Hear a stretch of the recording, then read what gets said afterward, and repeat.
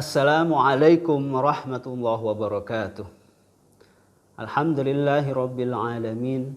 Wabihi nasta'in wa ala umuri dunya waddin. Wassalatu wassalamu ala ashrafil anbiya'i wal mursalin. Wa ala alihi wa sahbihi ajma'in amma ba'du.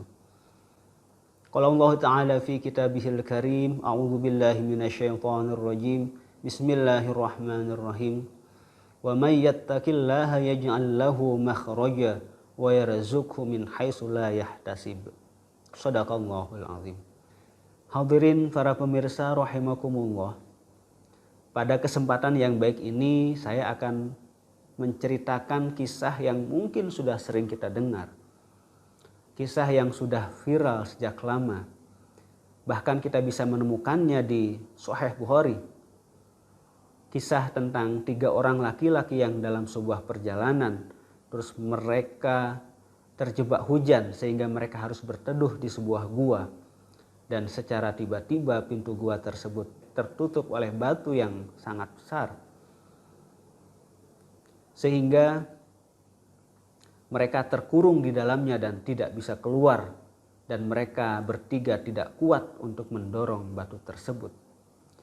Sehingga setelah berdiskusi, bermusyawarah, mereka berdoa kepada Allah Subhanahu wa Ta'ala dengan lantaran wasilah amal-amal kebaikan yang sudah mereka lakukan. Laki-laki pertama berdoa kepada Allah Subhanahu wa Ta'ala, "Ya Allah, dulu aku mempunyai 2 orang tua yang sudah renta. Aku tidak memberikan minuman pada waktu malam kepada istriku, anak-anakku sebelum mereka berdua meminumnya. Dan pada suatu saat aku pulang terlambat, aku buatkan mereka minuman dan ternyata mereka berdua sudah tertidur. Sehingga aku tidak memberani untuk membangunkannya dan aku menunggu mereka berdua bangun untuk meminum minumanku. Padahal anak-anakku menangis kelaparan menginginkan minuman tersebut. Ya Allah, jika aku melakukan ini karena mengharap ridho-Mu, selamatkanlah kami dari batu tersebut." Setelah berdoa, tiba-tiba batu bergeser. Namun masih belum cukup untuk mereka keluar.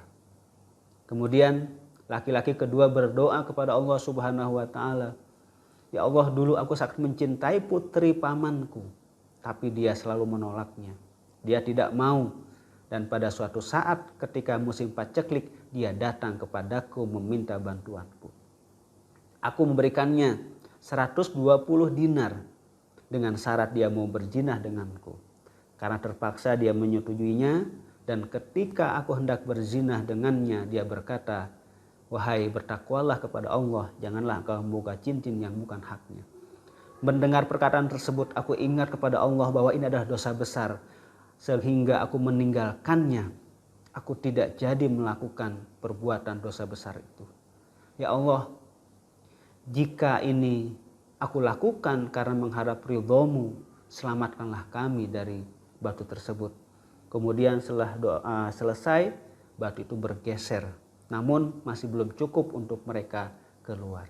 Sehingga tibalah laki-laki yang ketiga berdoa kepada Allah Subhanahu wa Ta'ala, "Ya Allah, dulu aku memperkerjakan orang.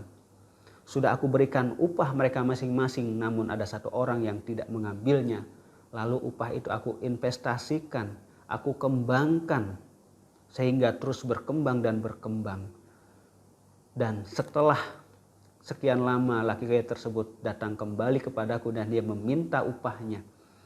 Kemudian aku memberikan seluruh hewan ternak, unta, sapi, kambing dari hasil usahaku dari upahnya. Dan dia mengambil seluruhnya tanpa menyisakan sedikit pun. Ya Allah, jika aku melakukan ini karena mengharap ridho-Mu, selamatkanlah kami dari batu itu."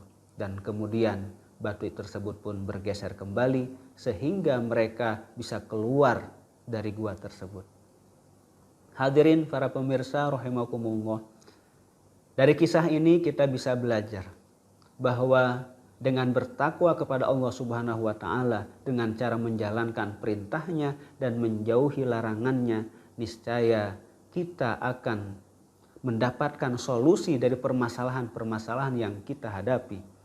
Sebagaimana firman Allah dalam surat At-Tolaq ayat 2 dan 3. A'udzubillahi minasyaitonirrajim. Bismillahirrahmanirrahim.